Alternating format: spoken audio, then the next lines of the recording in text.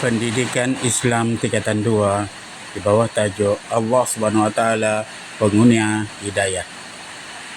Bismillahirrahmanirrahim. Bila kau panggilku cikgu, terimalah didikanku dengan sabar. Itulah adat berguru. Doa sebelum belajar dan doa penerang hati. Bismillahirrahmanirrahim. Allahumma aftah alaina hikmataka wanshur alaina min khazaini rahmatika ya arhamar rahimin. Bismillahirrahmanirrahim. Rabbi shrah li sadri wa yassir li amri wahlul 'uqdatam min lisani yafqahu qawli. Amin. Bismillahirrahmanirrahim. Assalamualaikum warahmatullahi taala wabarakatuh. Alhamdulillahirrabbilalamin. Allahumma salli ala Sayyidina Muhammad. Murid-murid yang dikasihi sekalian, insya-Allah pada kali ini cikgu akan mengajar anda tentang pelajaran 1 di bawah tajuk Allah Subhanahu Wa Taala Pengunia Hidayah. Ini adalah tajuk tingkatan 2. Baca ayat dengan betul, lancar serta bertajwid. Ikuti bacaan qari dalam tayangan video yang disediakan ini. A'udzu billahi minasyaitonir rajim. Bismillahirrahmanirrahim.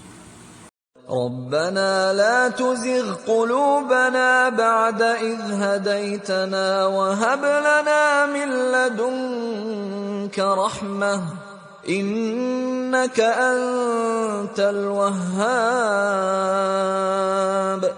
ربنا لا تزغ قلوبنا بعد إذ هديتنا وهب لنا من لدنك رحمة إنك أنت الوهاب ربنا لا تزغ قلوبنا بعد إذ هديتنا وهب لنا من لدنك رحمة إنك أنت الوهاب. Baca potongan ayat dengan betul, lancar serta bertajwid.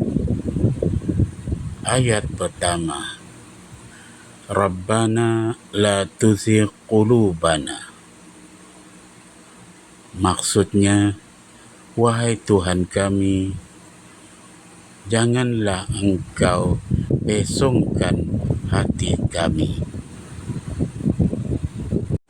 Ba'da iz hadaitana. Maksudnya, sesudah Engkau berikan petunjuk hidayah kepada kami.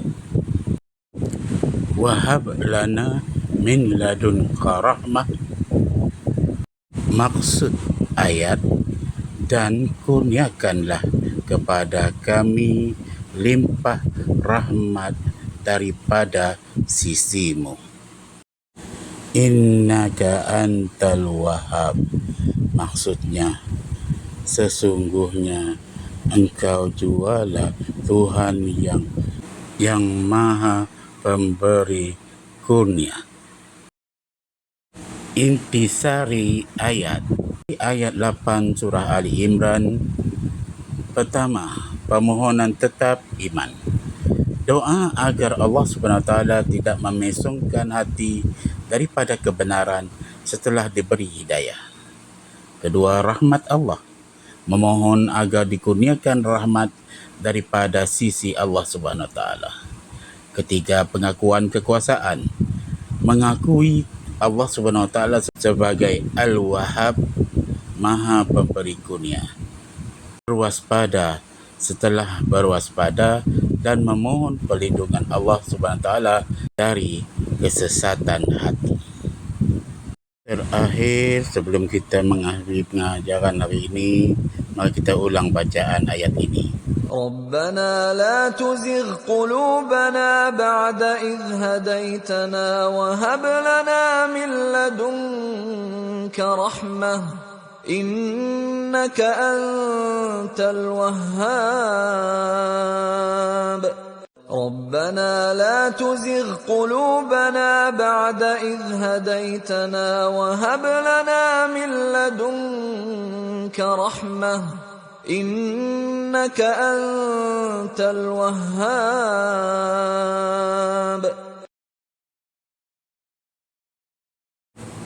Slide disediakan oleh Ustaz Romika bin Rajuli. Semoga bermanfaat. Hingga jumpa lagi. Bismillahirrahmanirrahim. Bila kau panggilku cikgu, terimalah didikanku dengan sabar. Itulah adat berguru.